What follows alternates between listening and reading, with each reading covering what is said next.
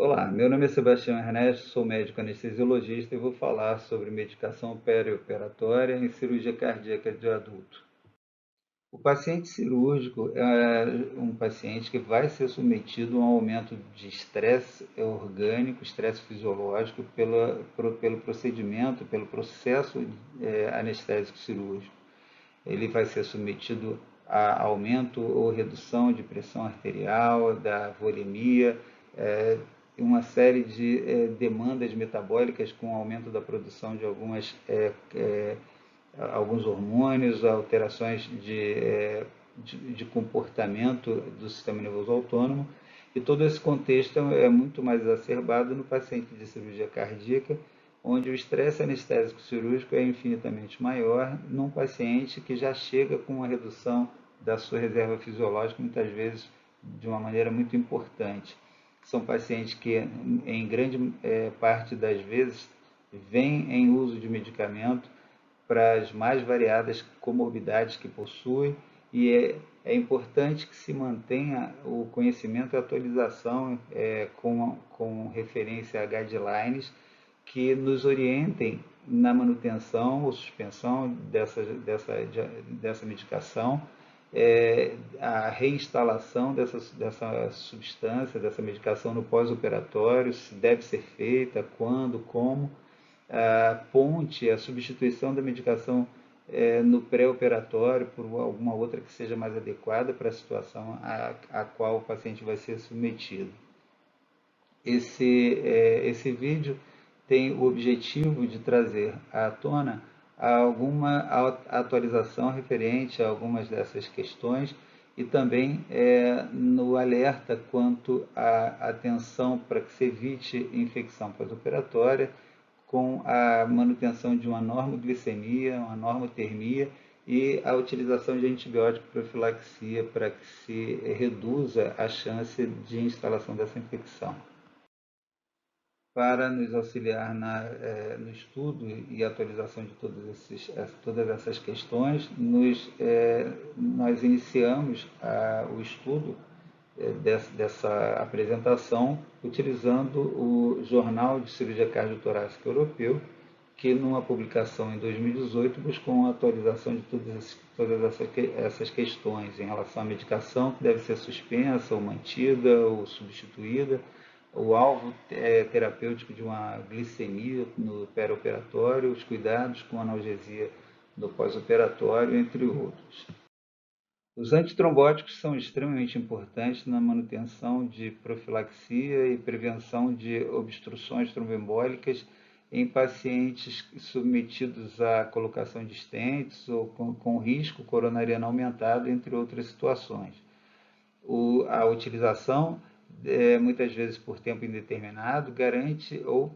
tenta proteger essas vias em risco de obstrução, porém são um grande risco em alguns procedimentos cirúrgicos, onde o sangramento aumentado pode trazer maior risco à vida.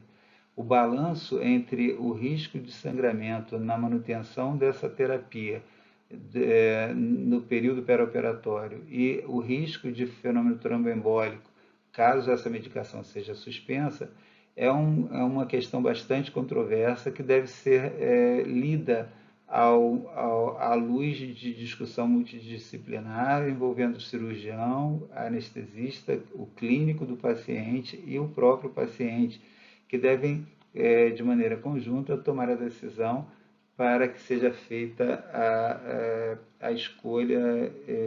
eventualmente, de menor risco numa situação que muitas vezes a tomada de decisão é extremamente delicada.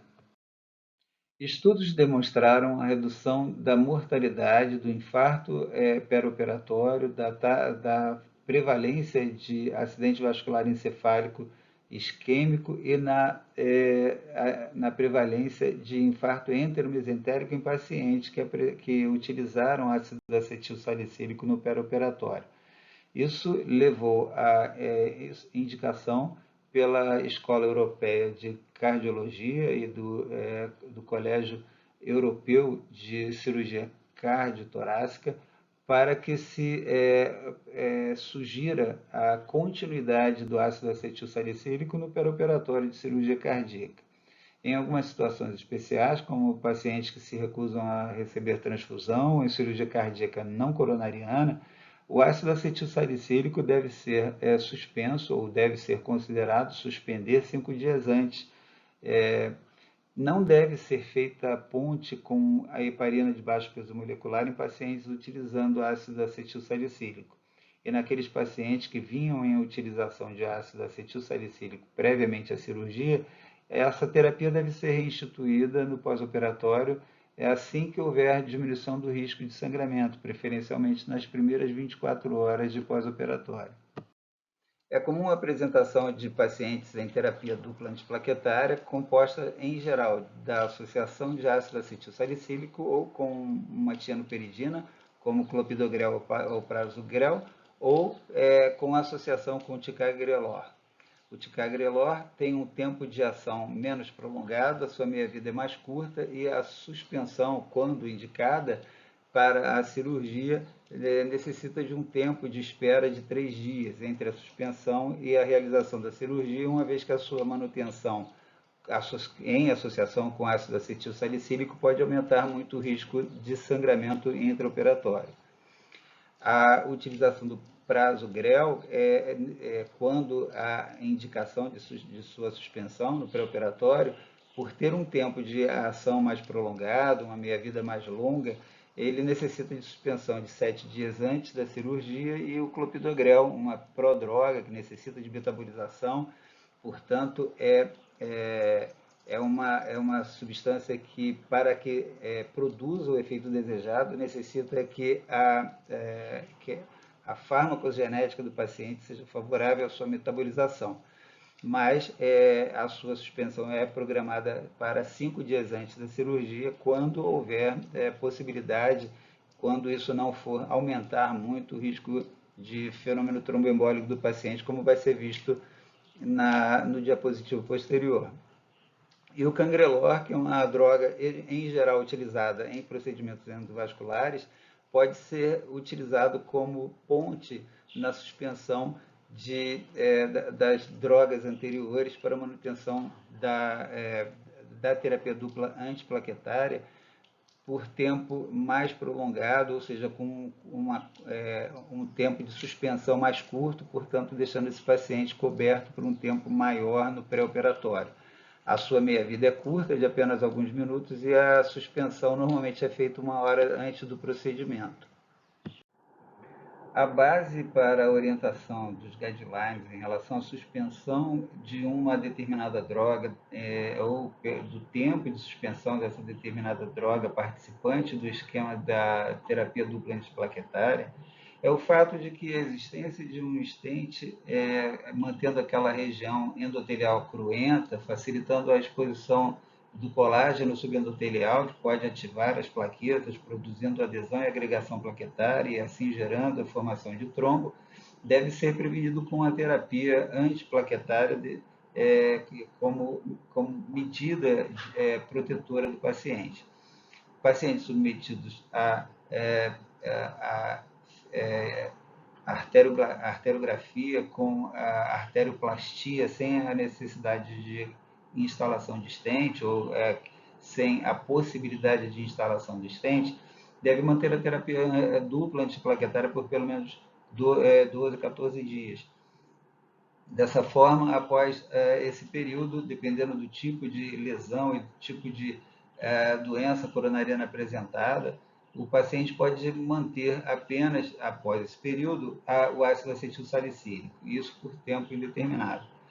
E pacientes que têm a instalação indicada do stent, e esse stent é não medicamentoso, indica-se, em média, uma manutenção da terapia dupla antiplaquetária por cerca de 2 meses, e o paciente que tem o stent medicamentoso, essa terapia deve ser mantida por cerca de 6 meses, dependendo do caso, podendo prolongar se é um paciente de maior risco, ou reduzir se há risco de fenômeno hemorrágico E a atenção, então, deve ser com relação ao equilíbrio entre o risco de sangramento e o risco de fenômeno trombembólico. Esse balanço, esse fiel da balança que deve ser buscado na terapia desses pacientes. E por que manter por mais tempo a terapia dupla antiplaquetária se o stent é medicamentoso? O que acontece é que o stent não medicamentoso mantém aberta por mecanismo mecânico, aquela artéria previamente ocluída, vai ser mantida então aberta pela presença daquele corpo estranho. Durante aquele período de cicatrização, de cerca de 2 meses, é mantida a terapia dupla antiplaquetária. Depois disso, com a cicatrização, o risco é reduzido e se o paciente tem a indicação de alguma cirurgia eletiva, pode ser avaliado o risco ou a segurança de ser realizado o procedimento cirúrgico com a suspensão da segunda droga, ou tianoperidina, ou ticagrelor, mantendo só o ácido acetil salicílico, então, durante a cirurgia. Então, nesse caso, stent não medicamentoso, manter durante pelo menos 2 meses, a não ser que seja uma cirurgia de emergência. E no caso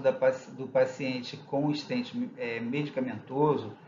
o que acontece é que muitas vezes o stent, pela sua presença, pode causar um estímulo à replicação da musculatura lisa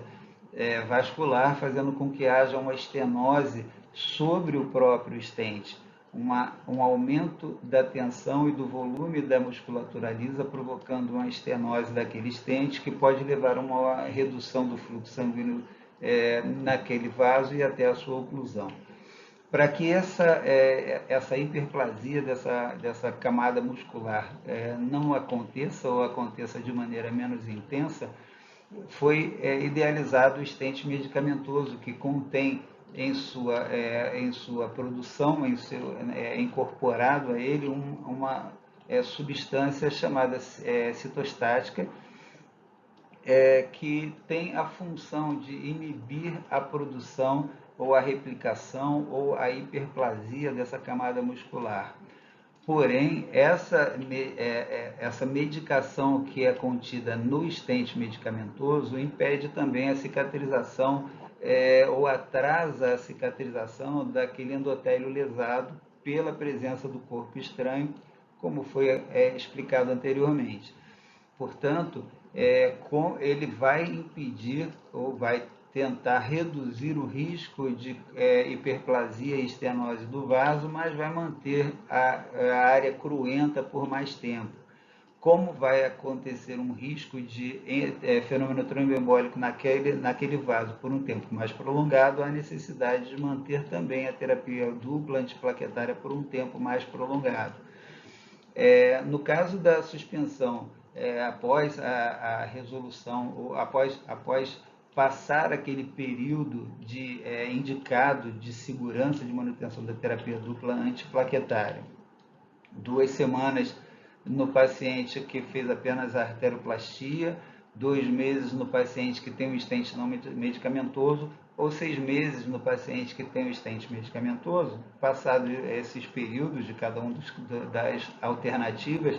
se o paciente tem indicação de cirurgia eletiva, pode ser feita a suspensão daquela tianoperidina ou do ticagrelor, que eventualmente ele possa estar usando, mantendo apenas o ácido acetil salicílico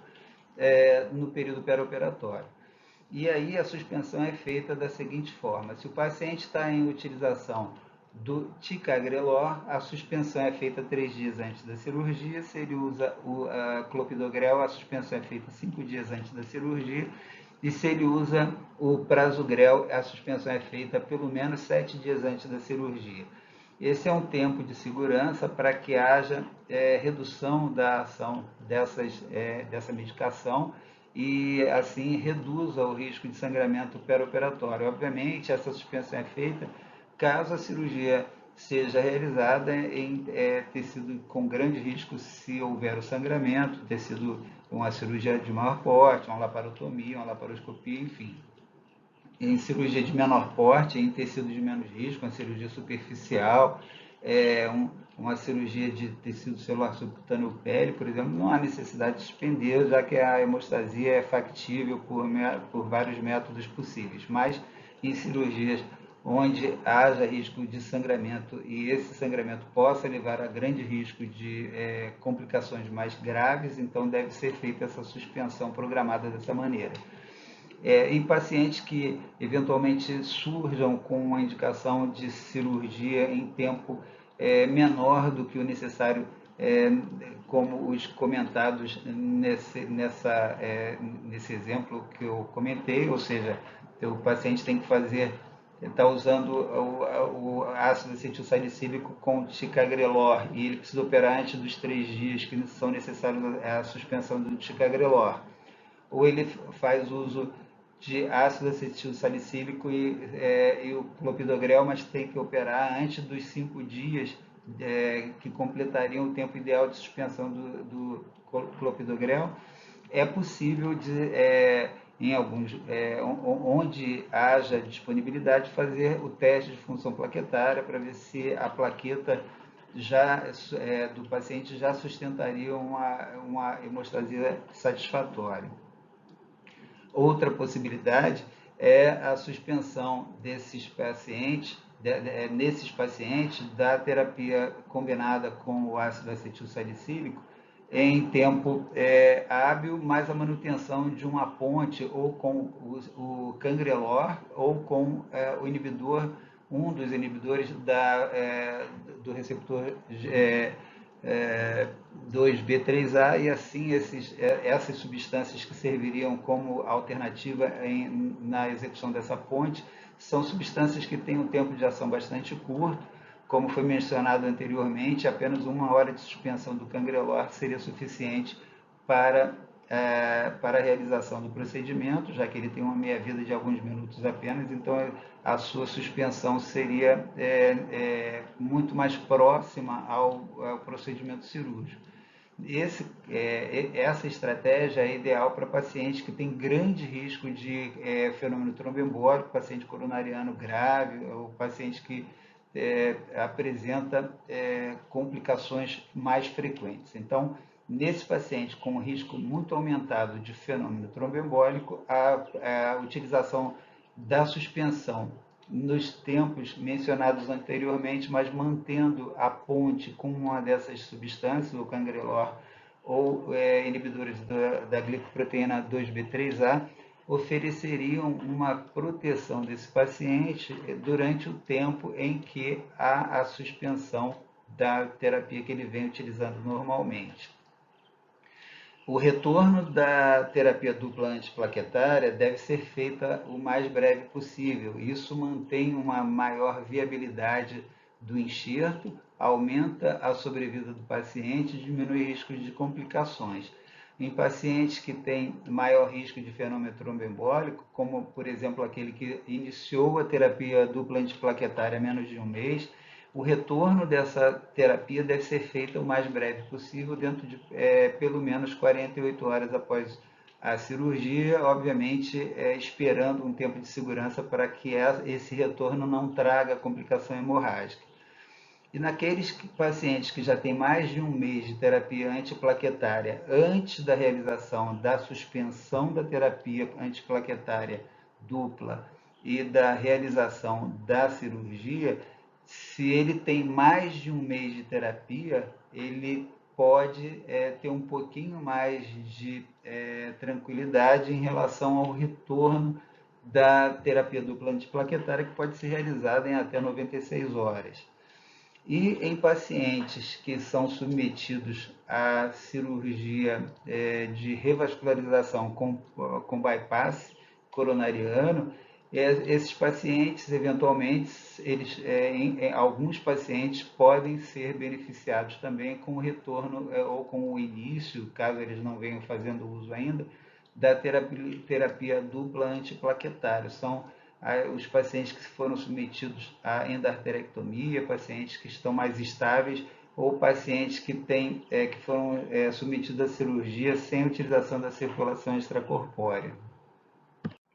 E complementando aquela orientação do diapositivo anterior, o paciente que vem em utilização de ponte com a substituição da sua tianoperidina, do ticagrelor, pelos agentes inibidores da glicoproteína 2B3A, essa substância deve ser suspensa ou interrompida pelo menos 4 horas antes do procedimento. Ela tem uma meia-vida mais curta, um tempo de ação mais curto, mas ela ainda assim, se mantida até o horário da cirurgia, pode aumentar o risco de sangramento. Diferente do cangrelor, como foi dito, tem uma meia-vida de alguns minutos e suspender 1 hora antes já seria suficiente para realização do procedimento. Aqui, as substâncias abciximab, a epiditifibatide e o tirofiban são substâncias que têm um tempo de ação um pouquinho mais prolongado. Portanto, elas podem ser utilizadas naqueles pacientes, como foi dito, de grande risco de fenômeno tromboembólico, mas devem ser interrompidas pelo menos 4 horas antes do procedimento. Para o bom entendimento do mecanismo de ação dos anticoagulantes orais, que funcionam como antagonistas da vitamina K, é preciso entender o funcionamento também da cascata de coagulação. A cascata de coagulação é um processo de ativação mútua entre várias proteínas que se transformam em enzimas e vão ativando outras enzimas para que seja, em última análise, produzida a fibrina, que vai funcionar como meio de estabilização do agregado plaquetário, que vai, dessa forma, estabilizar o coágulo e manter a hemostasia por mais tempo. Essa hemostasia, se muito prolongada, ela pode levar a mecanismos de amplificação e obstrução vascular com risco de isquemia distal a essa obstrução. Por isso, naturalmente, existem algumas proteínas que são capazes de modular essa intensidade de coagulação, fazendo com que haja uma limitação tanto no tempo quanto em intensidade.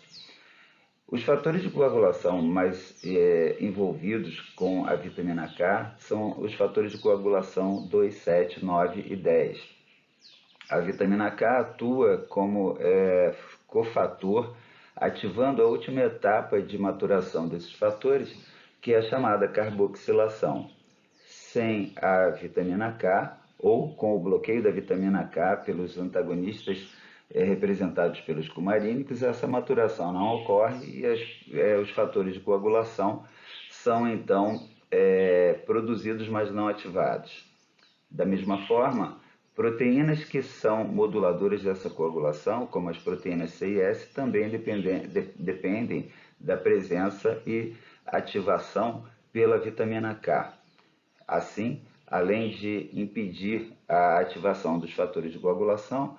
os cumarínicos também vão impedir a maturação dessas proteínas moduladoras.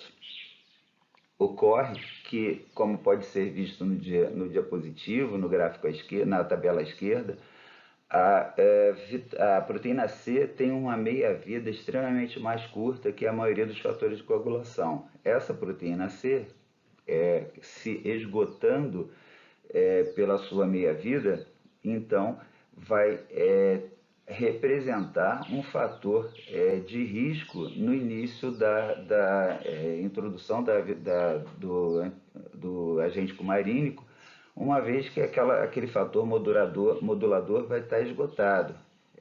O que já foi produzido em termos de fatores de coagulação e de proteína C e S vai estar circulando e vai depender agora da meia-vida de cada um para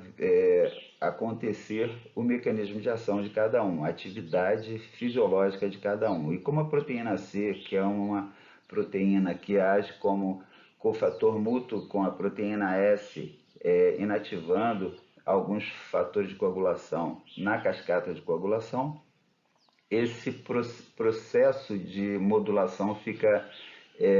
reduzido, fazendo com que haja, naquele momento, enquanto ainda existem outros fatores de coagulação ainda circulando, ainda terminando a sua meia-vida,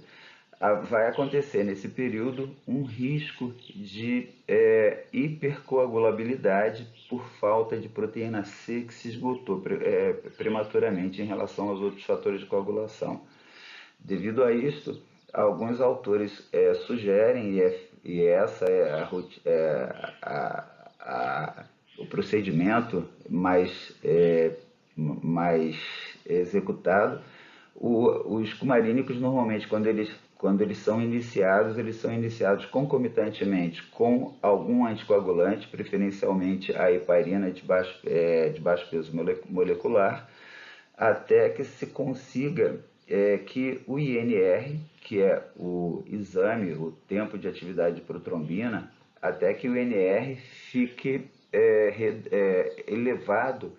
àquele valor que é considerado o alvo terapêutico segundo a patologia que indicou o uso do cumarínico. Por exemplo, INR de 2, de 3, dependendo se é uma valvulopatia, se é uma fibrilação atrial com algum outro fator de risco para coagulopatia. Então, a partir do momento em que o INR atingiu o alvo desejado, é feita a retirada do anticoagulante e a manutenção do anticoagulante cumarínico. Outra estratégia também aceita é o início da administração do cumarínico em pequenas doses que vão ser tituladas progressivamente e lentamente em semana ou mais de uma semana até que se atinja aquele valor de INR desejado. Essa é a conduta que deve ser tomada no início da terapia com cumarínico e no reinício, no pós-operatório também. Desculpa. E se algum paciente em uso dessas substâncias, do anticoagulante antagonista da vitamina K, necessita ser submetido a uma cirurgia eletiva, a orientação é suspender, interromper a administração do do antagonista da vitamina K, o agente cumarínico, até 5 dias antes do procedimento cirúrgico e acompanhar a mensuração do seu tempo de atividade de protrombina, que deve atingir um NR menor que 1,5 para que seja o paciente liberado para essa cirurgia eletiva.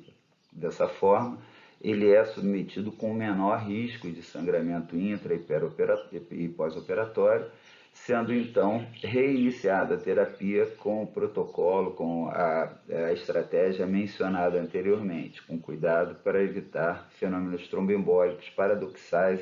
iniciais na terapia de início ou reinício com os agentes cumarínicos. Então, nessa forma, o paciente de cirurgia eletiva, que se a cirurgia também for uma cirurgia que tem sangramento previsto importante ou em região de grande risco, mas em cirurgias superficiais, cirurgia de pele, pequenas cirurgias, isso aí vai ser avaliado caso a caso se há necessidade ou não da retirada do agente cumarínico, uma vez que algumas cirurgias são de menor risco de sangramento e a de hemostasia mais facilitada.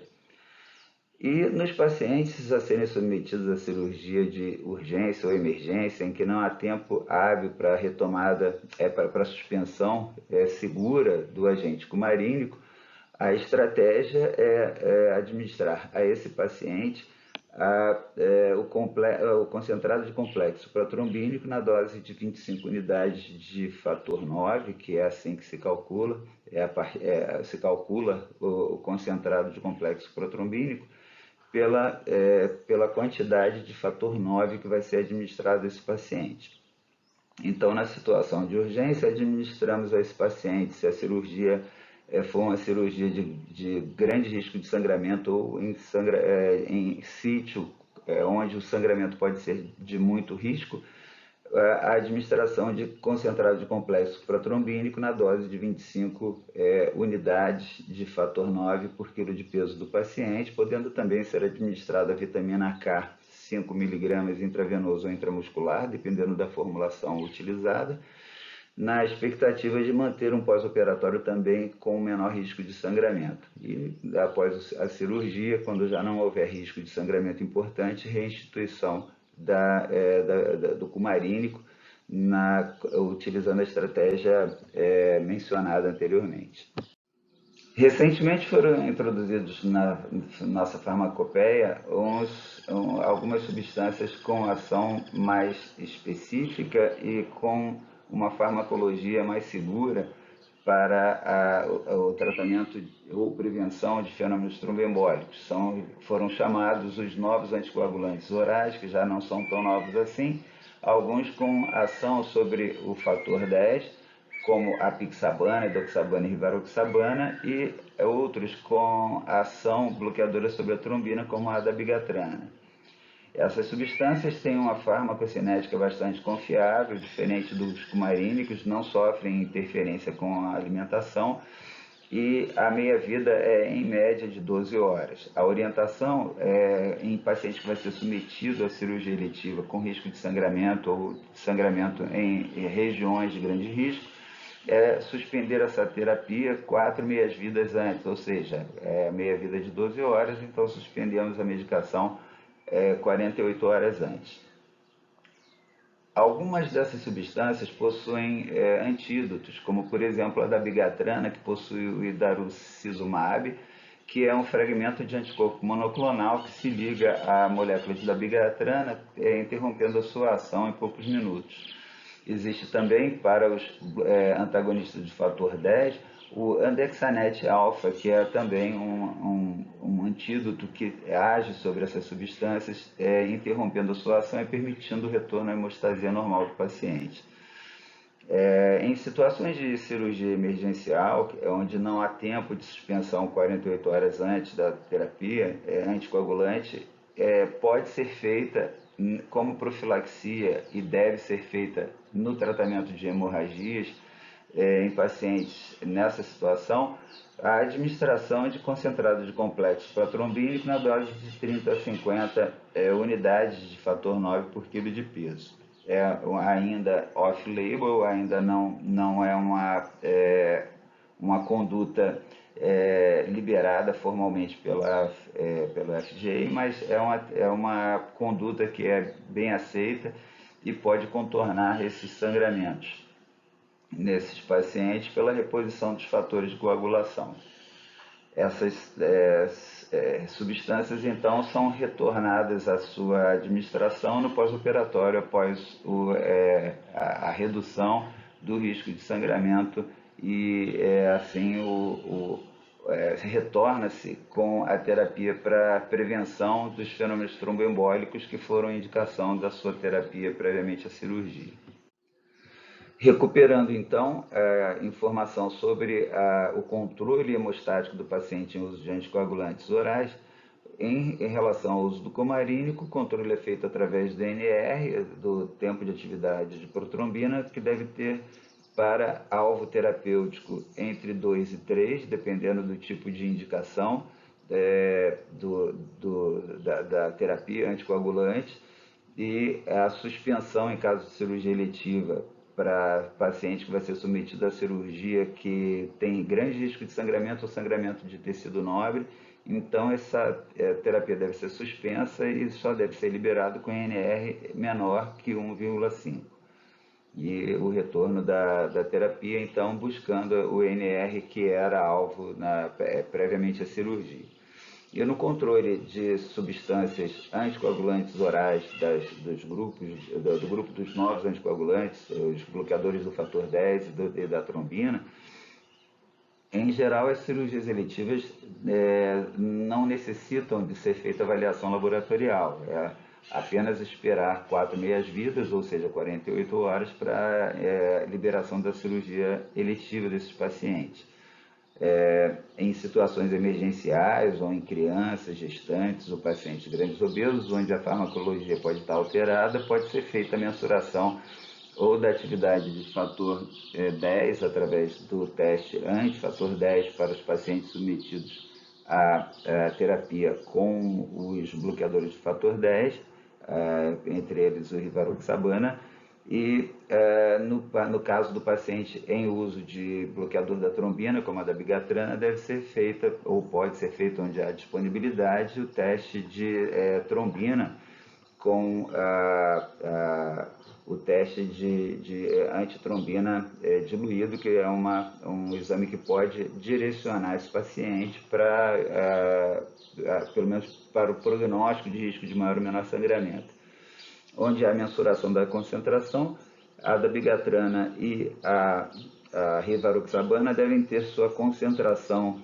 sérica inferior a 30 nanogramas por ml. Pacientes que apresentarem concentração dessas substâncias entre 30 e 200 nanogramas por ml devem ter a sua cirurgia postergada por 12 horas, se possível, e aqueles pacientes que têm a concentração acima de 200 nanogramas esperar pelo menos 24 horas para diminuir o risco de sangramento. Então, esses são os testes realizados, e esse diapositivo traz aqui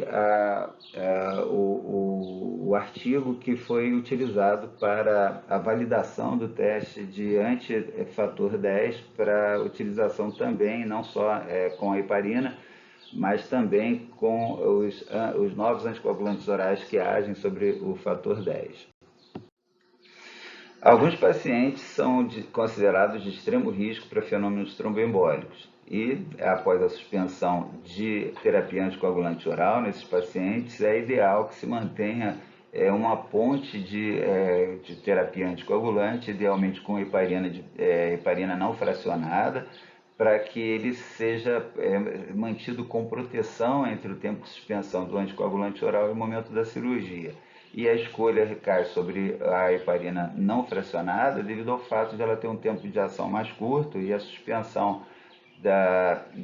o tempo entre a interrupção da heparina e o início da cirurgia poder ser bastante reduzido, mantendo o paciente por um tempo mais curto sob risco de fenômeno tromboembólico.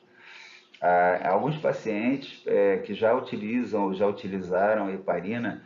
podem desenvolver a trombocitopenia induzida pela heparina, e esses pacientes, então, não devem ser submetidos a essa terapia com heparina, o fondaparinux sendo uma opção para esse tipo de paciente. Caso não haja disponibilidade ou alguma impossibilidade de utilizar o fondaparinux, há que se avaliar o risco da cirurgia em relação ao risco de fenômeno tromboembólico, mas tem que ser suspensa a cirurgia,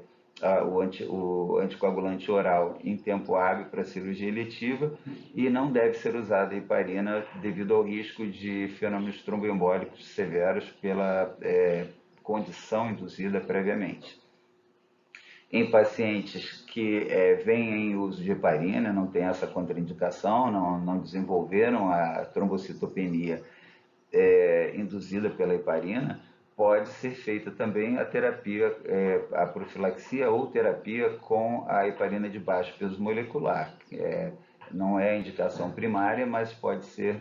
utilizada como segunda opção. E deve ser mantido um resultado de antifator 10 entre meio e 1 unidade por ml. As principais indicações da ponte de anticoagulante entre a suspensão do anticoagulante oral e a cirurgia são a prótese valvar mecânica, a fibrilação atrial de origem valvar, pacientes com CHA-DSVASc maior que 4, pacientes com evento isquêmico recente, menos de 4 semanas, pacientes com trombo em ventrículo esquerdo, e pacientes com deficiência congênita de fatores anticoagulantes, como a antitrombina 3 ou proteína C ou S. Esses pacientes são de extremo risco para fenômeno tromboembólico e não podem ficar descobertos por tempo mais prolongado. Portanto, há que ser feita essa substituição. E lembrar que a heparina não fracionada, se utilizada como ponte, tem que ser interrompida pelo menos 6 horas antes da cirurgia, e a heparina de baixo peso molecular em esquema terapêutico para essas condições de grande risco de fenômeno tromboembólico tem que ser interrompido pelo menos 24 horas antes do procedimento. E para quem não conhece ou não lembra da classificação e do score de CHA-DSVASc relacionado a risco de fenômeno tromboembólico, tem aqui nesse diapositivo a tabelinha, os fatores que vão ser enumerados e classificados como de risco são a presença de cardiopatia, hipertensão, idade maior ou igual a 75, a presença de diabetes, história de acidente vascular encefálico, doença vascular, a idade entre 65 e 74, que recebe uma pontuação menor, obviamente, do que aquela idade igual ou superior a 75, e o sexo. Então, para a Sociedade Americana de Cirurgia de Tórax, eles classificam como de risco os homens com um ou mais pontos no score de Chades-Vasque, e para as mulheres, dois ou mais pontos. E na Associação Americana de Cardiologia, na Associação Americana, no Colégio Americano de Cardiologia, Associação de Ritmo, esses pacientes vão ser considerados de risco se homens com dois ou mais pontos e mulheres com dois ou mais pontos. Então, esses pacientes com essa classificação, segundo uma instituição ou outra, vão receber a terapia anticoagulante, preferencialmente hoje em dia, através da administração dos novos anticoagulantes orais. E aqueles pacientes com mais de 4 pontos, como foi visto no diapositivo anterior, além de serem submetidos a essa terapia ou profilaxia anticoagulante, vão necessitar, na maioria das vezes, ser submetidos a uma ponte com anticoagulante do tipo heparina, se possível, durante o período de preparo, de suspensão dessa terapia anticoagulante, para serem submetidos à cirurgia eletiva com risco de sangramento. Pacientes em tratamento de trombose venosa profunda e embolia pulmonar podem fazer, idealmente, o tratamento com heparina não fracionada. A estratégia indicada é variável, mas um dos guidelines fornece a orientação de se administrar 80 unidades por quilo de peso em bolos e iniciar uma infusão de 18 unidades por quilo por hora. Essa infusão vai ser aumentada ou reduzida e acrescida ou não de bolos segundo os resultados de exames seriados, ou de tempo de tromboplastina parcial ativado ou de antifator 10. Por exemplo, pacientes que apresentaram tempo de tromboplastina parcial ativado inferior a 25 segundos ou um nível de antifator 10 menor que 0,1 vai receber um bolus adicional de 80 unidades por quilo de peso, além de aumentar a infusão, que era de 18 para mais 4 unidades por quilo por hora, ou seja, de 18 anteriormente para 22 unidades por quilo por hora. Se o exame se repetir, vai receber de novo um bolus e acrescentar mais 4 unidades por quilo por hora. Paciente que, por exemplo, atingiu o alvo terapêutico de tempo de tromboplastina parcial ativada entre 46 e 70 segundos e o antifator 10 entre 0,3 e 0,7 não vai precisar acrescentar nada no bolus, nada na infusão e nem receber nenhum bolus adicional. Pacientes obesos devem ter a dose calculada de acordo com o peso corporal corrigido. E a outra opção é a utilização de heparina de baixo peso molecular, que deve ser feita com doses ajustadas segundo o nível de antifator 10. E a dosagem do anti-10 deve ser feita apenas 4 horas após a administração da heparina de baixo peso molecular. Se o resultado for inferior a 0,4, essa dose após o exame deve ser acrescida de mais 25% em relação à dose anterior, e assim sucessivamente. O alvo terapêutico é entre 0,6 e 1, onde não vai haver mais acréscimo de dosagem, vai ser mantida a dosagem previamente administrada. Se por acaso o resultado do antifator 10 for, por exemplo, entre 1,1 e 1,5, a dose vai ser reduzida em 20% e assim sucessivamente. Essa estratégia é indicada por alguns autores para a terapia de fenômenos tromboembólicos graves no uso ou da heparina não fracionada ou da heparina de baixo peso molecular. Mencionamos anteriormente o Fondaparinux como substituto da heparina em pacientes com história ou em vigência de trombocitopenia induzida pela heparina. A Fondaparinux é uma droga que tem uma ação similar à heparina. Ela aumenta a atividade de antitrombina 3 em até 300 vezes e assim bloqueia principalmente os fatores 2 e 10. Porém, existe também a possibilidade do uso do argatroban, que é um bloqueador da trombina, utilizado por via intravenosa e pode ser feito guiado pelo tempo de coagulação ativado, que deve ser mantido em torno de um pouco acima de 300 segundos. É o alvo terapêutico do argatroban, quando utilizado principalmente para tratamento, para procedimentos endovasculares, mas também pode ser utilizado em outras situações. A dose inicial de argatroban para esses procedimentos é em torno de 300, 350 microgramas por quilo de peso, para ser administrado em cerca de 5 minutos, uma administração lenta com manutenção de uma infusão contínua de 25 microgramas por quilo por minuto. Pacientes que apresentem o TCA muito acima disso devem ter essa dose reduzida e assim, da mesma forma, ela deve ser aumentada caso o alvo terapêutico não seja atingido. Também pode ser feita a titulação baseada no tempo de tromboplastina parcial ativado. O paciente deve ter o TTPA em torno de 50 a 74 segundos. Acima desse tempo, a dose deve ser reduzida progressivamente e abaixo desse tempo ela deve ser aumentada. Os aumentos e reduções devem ser menos intensos em pacientes com disfunção orgânica, principalmente comprometimento hepático e renal. E a mensuração do TTPA, diferente do tempo de coagulação ativado, que deve ser feito previamente e logo 10 minutos após a administração, o TTPA deve ser feito a cada 3 horas após a administração após o início da infusão do argatroban. Em pacientes que apresentem o alvo terapêutico durante 2 mensurações de TTPA, esse controle a cada 3 horas pode ser aumentado para controle ou reduzido, né, em relação à frequência, para o controle a cada 6 horas. Essa é uma figura extremamente elucidativa sobre o tempo de suspensão de quase todos os anticoagulantes e antiplaquetários para a prevenção de fenômenos hemorrágicos perioperatórios. Assim, podemos ver na seta que se direciona ao momento do início da cirurgia que o prasugrel deve ser suspenso 7 dias antes, clopidogrel 5, assim como o varfarin 5 dias antes.